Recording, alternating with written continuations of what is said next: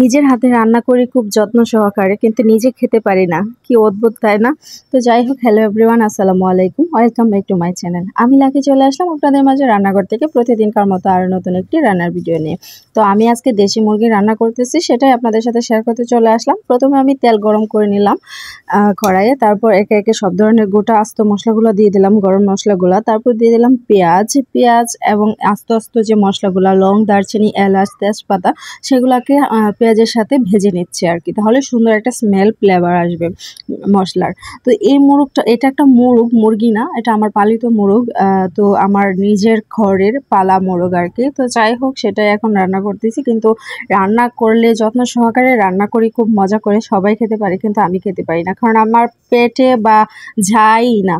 তো কি আর বলবো, আমি যখন রান্না করি তখনও আমার কষ্ট লাগে, যখন আরেকজনে খাই দেখতেও খারাপ লাগে, কারণ আমি নিজে ঝোলটা পর্যন্ত চেক করি না, কারণ এটা আমার পালা মুরগি। তো যাই হোক, দেখতেই পারতেছেন আমি সব ধরনের মশলা দিয়ে দিলাম, হলুদ, মরিচ, ধনিয়ার গুঁড়া, আদা রসুন বাটা, জিরা বাটা, টমেটো, তারপর মুরগির মাংসের যে মশলা, তারপর গরম মশলা সেটাও দিয়েছি, দিয়ে ভালোভাবে কষিয়ে নিচ্ছি পানি দিয়ে, লবণও দিয়েছি সবশেষে, দিয়ে এখন মুরগিটা দিয়ে দিলাম। দেশি মুরগি বা মুরগ যেটাই বলেন, সেটাতে মাংস সাধারণত কম হয়, হাড্ডি বেশি থাকে, কিন্তু খেতে ভালো লাগে। হাড্ডি আর ঝোল সেটাতেই নাকি অনেক পুষ্টি থাকে। তো যাই হোক, দেশি মুরগি বলে কথা।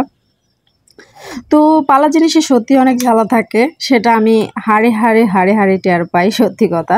তো আমি মুরগিটা কষাইতে দিয়ে দিয়েছি, ঢাকনা দিয়ে ঢেকে দিলাম। মুরগিটাকে ভালো করে আস্তে ধীরে কষাবো, কারণ কষানোর মধ্যেই তরকারি নাকি অনেকটা স্বাদ বেড়ে যায়।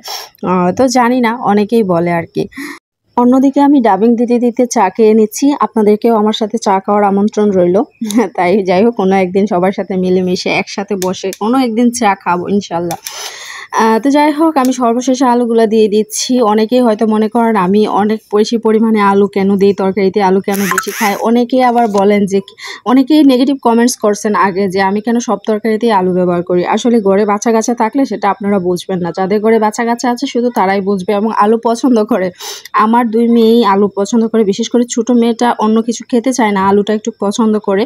ও যেহেতু অন্য কিছু খেতে পারে না, আলুটা খেতে ভালোবাসে, তাই আলুটাই ওর জন্য বেশি করে দিই, কারণ আলুর মধ্যে প্রচুর পরিমাণে শক্তি থাকে, ন্যাচারালি আমরা যেটা জানি আর কি। তো যাই হোক, আলু খেতে ভালোবাসে তাই আলুটা বেশি দিই। দেখা গেছে তরকারিতে মাংসগুলো রয়ে যায়, আলুগুলাই সবার আগে শেষ হয়ে যায় এরকম। তো আমার মুরগির মাংস কষানো প্রায় হয়ে গেছে, এখন আমি পানি দিয়ে এটাকে রান্না করব। আপনাদের সাথে জাস্ট লং হয়ে যাবে, তাই অল্প অল্প করে শেয়ার করতেছি। দেখতেই পারতেছেন খুব সুন্দর একটা কালার চলে এসেছে, আলুগুলাও প্রায় মোটামুটি সিদ্ধ হয়ে গেছে। আর একটু পানি দিয়ে সিদ্ধ করলে মাংস সহ আলু পুরোপুরিভাবে সিদ্ধ হয়ে যাবে। তো আজ এই পর্যন্তই, সবাই ভালো থাকবেন, সুস্থ থাকবেন, আপনাদের জন্য দোয়া রইল, আমার জন্যও দোয়া করবেন। আল্লাহ হাফেজ।